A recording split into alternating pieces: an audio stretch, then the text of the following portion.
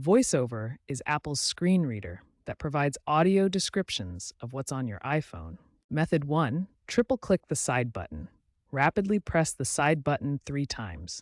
This toggles VoiceOver off if the accessibility shortcut is enabled, which it usually is by default. Method 2, use Siri. Activate Siri by holding the side button or saying, "Hey Siri."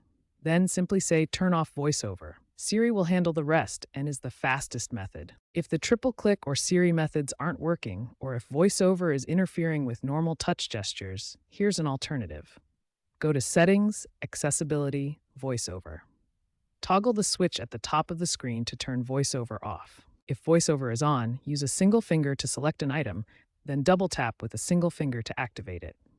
Use 3 fingers to scroll. Also, make sure accessibility shortcut is enabled by going to Settings, Accessibility, Accessibility Shortcut, and verifying that VoiceOver is checked. This ensures the triple-click method works. VoiceOver can be easily turned back on by repeating any of these methods.